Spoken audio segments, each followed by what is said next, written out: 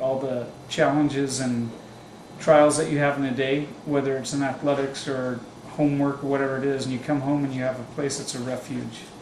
So you have a place that you can come to that you know you can have support.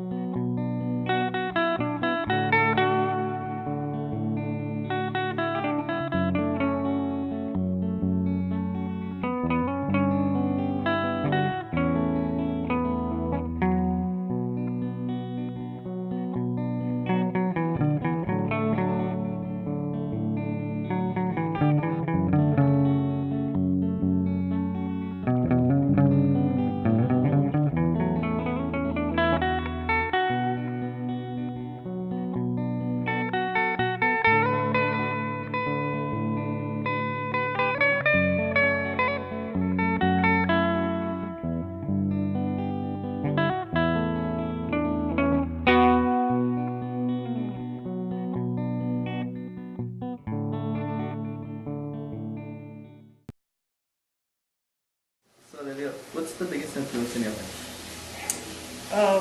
My family. Your family? Yeah, Why is that? because I have 3 little sisters and they look up to me and it makes me want to do good for them. So everything you do, everything positive you do is for them? I try to, yeah, for them and to make my parents proud. Your parents? Do they affect you? Do they affect all your decisions in any way? Well, it's not like they tell me what to do, but they do, like, they're there to help me when I need it, and not only that, but like my parents didn't go to college and stuff, so they told me, you know, they want me to have the best life I possibly can when I'm older, so they have tried to push me to do the best that I can. To do better than, I guess, they would? Yeah, than they did to have a better life than they did. So they affect your schoolwork by this? Yeah. They make sure I always do my homework and I always have good grades, and I mean, I have all A's and B's. If I have a C, it's okay, but they always want me to put it up. Are they strict on this? Yeah, very strict.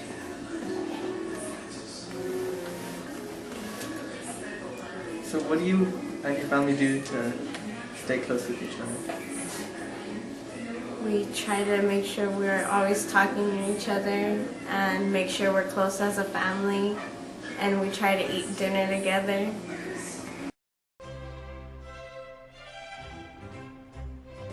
Charles, it was such a great idea of you to get the family together tonight just so we can have dinner, and hopefully for the nights to come. Angel! Angel, you sit at the table right now! Right now! Your father planned many nights for this night. Okay, Mom.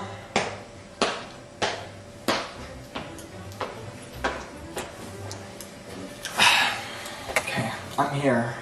It's not so bad. I mean, studies show that families who eat together as a family, their kids are less likely to smoke, drink, do drugs, or get pregnant. Never mind. Never mind. So, Jimmy, how was that computer whatever test? Oh, you mean that computer engineering class? I got 100 on that test, Dad. Thanks for helping me study. You're the best. Lame. Family bonding time, honey. Put the phone down, please. Fine. You know, Angel, you should really look up to your brother. Look up to him. It's not my fault he's so short. Good one, sis. But I'm just glad we can talk about anything in this family. Jimmy's right. And it's great that we can come together as a family so that your mother and I can provide the proper family influence that you kids need to succeed.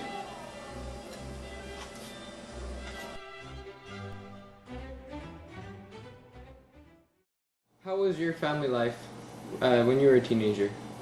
When I was a teenager, my family life was good. My parents were very involved in my life. I played sports in junior high and high school.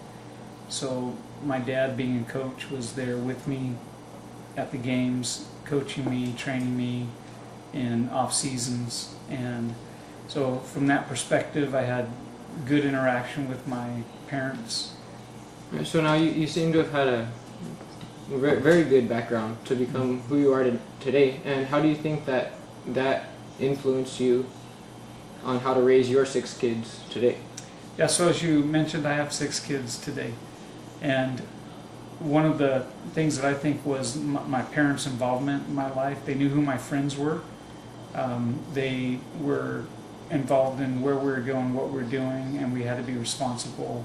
The key components that I really feel like have influenced me in the way I work, the way I raise my family, were growing up. I'd say number one was having our parents were involved in my life, in my siblings' life.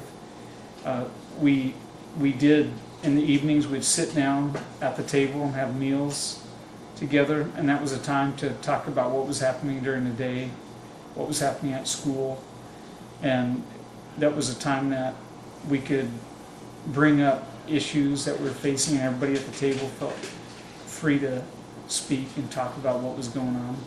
And so the positive influence in my life, and another one of the key elements is being able to have a place of refuge.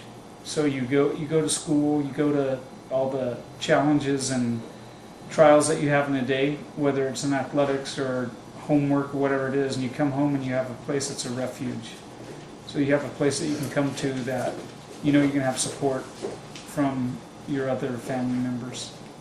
And you work with kids, teenagers a lot too. So now, would you say that you see major differences between kids who come from a strong family background, rather than a weaker, not knitted family? Yes, I would say one of the key things that I see is with kids that don't come from homes where parents provide a positive role model and strong leadership in the home. The result is the kids have no authority orientation. They don't understand authority.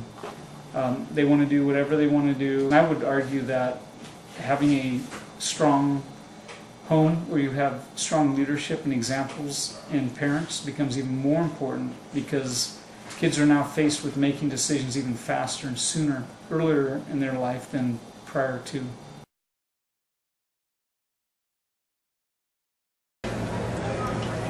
How do you feel about your family, Jared? I feel like they're always there, but not there. What do you mean by that? Like, they could be there more, but they're there, like, they have to be there. So they're there because they have to? Because they have to. How is your schoolwork? Not the greatest. Not the greatest? Not the greatest. Do you know why? Do you have a reason for that? I'm too lazy. You're just too lazy? I'm just lazy. Do you think your mom would push you if she was there? Probably. Maybe. Yeah, most likely. How many times in a day do you talk to your mom? Probably 2 or 3 times a day. That's it. Really? When is this? Morning when I get dropped off to school, and late at night when I say goodnight, when I come home. What do you usually tell her when she drops you off to school? Thanks for the ride. That's it? There's not much more to say.